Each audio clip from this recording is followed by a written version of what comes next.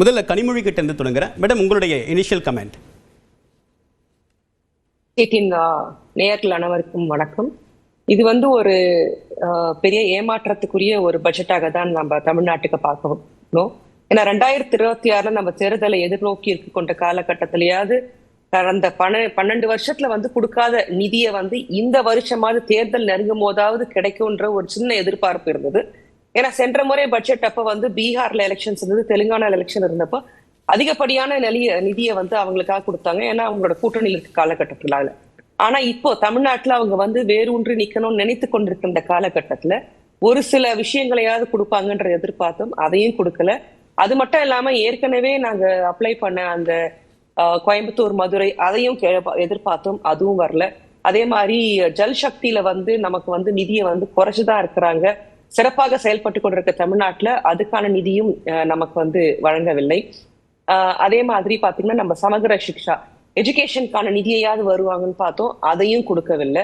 Plus 16வது நிதி நிலையில கொடுக்க வேண்டிய அந்த 50% டெவல்யூஷன் ஆஃப் ஃபண்ட்ஸையும் 41% தான் கொடுக்குறாங்க. இதே மோடி சிஎம்ஆ இருக்கும் போது 50% கொடுக்கணும்னு அவரே அதை உதாரணம் காட்டி பேசியவர் தான். அப்ப ஜிஎஸ்டி இல்லாத காலகட்டம். இப்ப ஜிஎஸ்டி இருக்கிற காலகட்டத்திலயும் அந்த 50% இல்லாம இன்னும் நிதி நெருக்கடியை ஒரு எலெக்ஷன் டைம்ல தமிழ்நாட்டை நோக்கி வச்சிருக்கிறாங்க. இது ஒரு பக்கம். சரி, நிதி தான் கொடுக்கல, இந்த தடவை திருக்குறளும் கிடையாது நமக்கு, அதுவும் போயிருச்சு. சரி, இதெல்லாம் ஒரு பக்கம் இருக்குது. கூட்டணி தர்மத்தையாவது அவங்க கடைபிடிக்கிறாங்களா? கூட்டணியில இருக்கிற அவங்களுடைய சொந்த கட்சியான இதை பத்தி நான் பேசக்கூடாது. இருந்தாலும் நம்ம உதாரணத்துக்காக தமிழ்நாட்டை எந்த அளவுக்கு ஒரு ஸ்டெப் மதலி ட்ரீட்மெண்ட் கொடுக்குறாங்கன்றதுக்காக இந்த உதாரணத்தை நான் கூறுகிறேன். கூட்டணியில இருக்கிற ஏடிஎம்கே பேரையுமே அவங்க கூட்டத்துல 45 நிமிஷம் பேசின நம்மளுடைய மோடிஜி எதுவுமே அதை பத்தி சொல்லவே இல்லை. எடப்பாடி பழாக இல்லை. இப்படி தயாராகாத நிலையில இருக்கிற அவங்கதான் 2026 இங்க சட்டமன்ற தேர்தல அதிமுகவோட கூட்டணியில இருக்க போறாங்க. எதுவுமே கொடுக்காம இருக்கிற மக்கள் இவங்களுக்கு ஓட்டு போடணும்னு நினைக்கிறாங்களான்ற பெரிய கேள்வி அவங்க முன்னாடி நான் உண்மையிலேயே வைக்கிறேன். இது பெண்களுக்கான பட்ஜெட்டும் கிடையாது, ஸ்டூடெண்ட்ஸ்க்கான பட்ஜெட்டும் கிடையாது. டெல்டா மாவட்டம் ஏதாவது ஃபார்மர்ஸ்க்கு கொடுத்திருக்காங்களா? அதுவும் கிடையாது. மதுரை மீனாட்சி அம்மனை விழுந்து விழுந்து ரொம்ப நேர்த்தியாக கும்பிட்டாங்க பிஎம்ஓ அமித்ஷாவும். சரி, அட்லீஸ்ட் அதுக்காக அந்த கோயம்புத்தூர் மதுரை கொடுத்தாங்களா? அதுவும் கிடையாது. சரி, கோயம்புத்தூர் கொங்கு, அவங்க கொங்குக்கு ரொம்ப நிறைய செய்வேன்னு எதிர்பார்ப்பாங்க, அதுக்காகவாது அந்த கோயம்புத்தூர் இதை மெட்ரோவை கொடுத்துருக்கலாம். சோ இப்படி எல்லா ஸ்டேட்டா ஆஃப் பீப்புளையுமே புறக்கணிக்கக்கூடிய ஒரு மோசமான நிதிநிலை அறிக்கைன்றதுதான் எங்களுடைய பார்வையாக நான் முதற்கட்டமாக வைக்கிறேன். சரி, திரு ஆசீர்வாதம் ஆச்சாரி, உங்களுடைய பார்வை ஏமாற்றம் தரக்கூடிய பட்ஜெட் என்று திமுக தரப்புல சொல்றாங்க. உங்களுடைய பார்வை தமிழ்நாட்டுக்கு எந்த வகையில் வளர்ச்சி அளிக்கும்? வணக்கம் பிரியன். இந்த பட்ஜெட்டை பொறுத்தவரை எங்களுடைய என்ன கருத்து அப்படின்னா, இந்த பட்ஜெட் நிலையான பொருளாதாரத்துக்குரிய ஒரு பட்ஜெட், மக்களின் விருப்பத்தை பூர்த்தி செய்யக்கூடிய ஒரு பட்ஜெட், அனைவரின் நலனையும் உள்ளடக்கிய ஒரு பட்ஜெட். அடுத்ததாக தமிழ்நாடை பொறுத்தவரை, ஏன்னா நம்ம ஒரு தமிழ் சேனலில் பேசிகிட்டு இருக்கோம், நம்ம எல்லாருமே தமிழ்நாடை சேர்ந்தவர்கள். அவங்க மேடம் சொன்னது மாதிரி எதிர்பார்ப்புகள் தமிழ்நாட்டில் இந்த பட்ஜெட்டில் இருந்தது உண்மைதான். ஆனால் யாரையுமே ஏமாத்தலை. ஏன் ஏமாத்தலை அப்படின்னா, எடுத்த உடனே அறிவிச்சிருக்காங்க அதிவிரைவு ரயில்வே திட்டம். அதாவது சென்னையிலேருந்து ஹைதராபாத், சென்னையிலேருந்து பெங்களூருக்கு.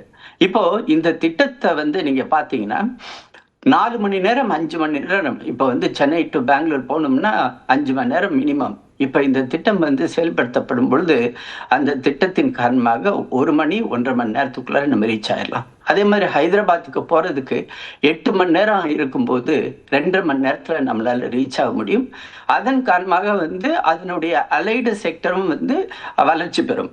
அடுத்ததாக அரிய வகை கனிமங்கள் சிறப்பு வழித்திட்டம். இந்த இதுல பாத்தீங்கன்னா கேரளா, தமிழ்நாடு, ஆந்திர பிரதேஷ், ஒடிசா இதன் வழியாக நம்மளுடைய தமிழ்நாட்டில் உள்ள கனிம வளங்களுக்கு அதை நம்ம பயன்படுத்தி அதன் மூலமாக நம்ம வளர்ச்சி திட்டத்துக்காகவும் நம்மளுடைய ஜிடிபியை உயர்த்துவதற்காகவும் ஒரு அருமையான திட்டம். அடுத்தது ஜவுளித்துறை எடுத்துக்கிட்டிங்கன்னா கோவை, திருப்பூர் மற்றும் ஈரோடு பகுதிகளுக்கு தேவையான நல்ல வளர்ச்சி. ஏன்னா ஜவுளித்துறையை சார்ந்து உள்ள இந்த மாவட்டங்கள் அதுக்கு இந்த திட்டத்தில் வழி வச்சிருக்காங்க.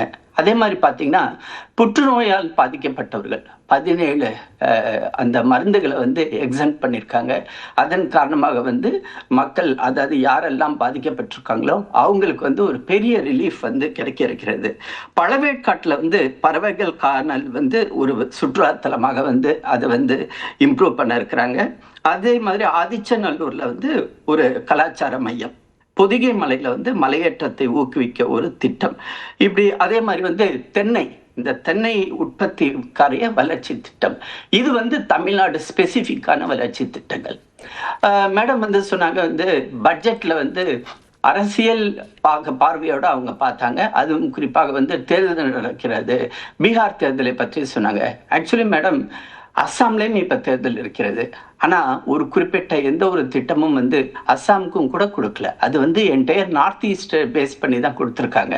ஆக ஒரு திட்டம் வந்து தேர்தலுக்காக வந்து கொடுக்கக்கூடிய ஒரு திட்டம் அப்படின்னு பார்த்தோம்னா, பீகாருடைய தேர்தலுக்கு, அந்த பீகார் தேர்தலுக்கு முன்னாடி கொடுக்கப்பட்டது வந்து அந்த வடக்கு மாநிலங்களுக்கு ஒரு சிறப்பு திட்டம் ஏற்கனவே வந்து நடைமுறையில் இருக்கிறது.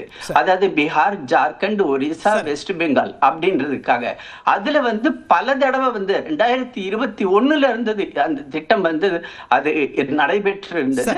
அதுல பீகார் வந்து பார்ட்டிசிபேட் பண்ணவே இல்லை. அதன் காரணமாக தான் போன தேர்தலில் வந்து பீகாருக்குரிய அந்த அலோகேஷன் இருந்தது ஒழிய அதுல வந்து எந்த ஒரு அரசியல் நோக்கம் இல்லைன்னு சொல்றீங்க. இந்த முதல் சுற்று கருத்தை எடுத்துக்கிறேன். மற்றங்குட்டியும் ஒரு ஓப்பனிங் கமெண்ட் வாங்கிடுறேன். திரு ரகுநாதன், உங்களுடைய முதல் சுற்று கருத்து. வணக்கம் தேவப்பிரியன். என்னுடைய பார்வை, கருத்து சிறு குறு தொழில்களை பற்றி மட்டும்தான். 2 விஷயம் பார்க்கணும். இன்றைய பட்ஜெட்டில் வந்து சிறு குறு தொழில்களுக்கும் அரசினுடைய கொள்கை முடிவுகளுக்கும் நிறைய கேப் இருக்கிறத பார்க்குறேன். நடைமுறைக்கும் பாலிசி கிரியேட்டரும் புரிந்து கொள்ளாத ஒரு சூழ்நிலையை பார்க்குறேன். அடிக்கடி எம்எஸ்எம்இ அப்படின்னு சொல்கிறோமே தவிர எம்எஸ்எம்இ கிட்ட பேசினதா தெரியல. எம்எஸ்எம்இயை பற்றி பேசுகிறோம், ஆனால் எம்எஸ்எம்இ கிட்ட பேசலை. கேப் நிறைய இருக்குது. ஒரு விஷயம் நீங்கள் புரிஞ்சுக்கணும். இன்றைய பட்ஜெட்டை மட்டும் நான் சொல்கிறேன். நீங்கள் வந்து அலோகேஷனை பார்த்தீங்கன்னா பாதுகாப்பு 7.84 லட்சம் கோடி, வேளாண்மை 1.62 லட்சம், கல்வி 1.4 லட்சம். இதில் எங்கே நிற்கிறோம் எம்எஸ்எம்இனா 22,000 கோடி. போன ஆண்டு இதே மாதிரி 22,000 கோடி அலோகேட் பண்ணி ஆக்சுவல் எக்ஸ்பெண்டிச்சர் எக்ஸ்பெக்டட் வந்து 11,000 கோடி. அதுக்கு முந்தின ஆண்டு 8,000 கோடி. அப்போ 8,000 கோடி, 11,000 கோடி. இப்போ மறுபடியும் அதே தப்பு 24,000 கோடின்னு சொல்லிக்கிட்டு இருக்கிறோம். அப்போ என்ன அலோகேஷன் இது? நாட்டினுடைய மொத்த ஜிடிபி 4.5 லட்சம் கோடி அப்படின்னு எடுத்துக்கிட்டோம்னா 30% எம்எஸ்எம்இ கொடுக்குது. அப்போ அவ்வளவு பெரிய ஒரு இயக்கம், அவ்வளவு வேலைவாய்ப்புகளை உருவாக்கக்கூடிய ஒரு துறை, அந்த துறையை பற்றி நம்ம முதுகெலும்புன்னு சொல்கிற ஒரு துறை, அந்த முதுகெலும்பு இன்றைக்கு நலிந்து ஒடிந்து காணப்படுகிற ஒரு சூழல். என்ன தேவை இன்றைக்கு அவர்களுக்குன்றத புரிதலே இல்லை.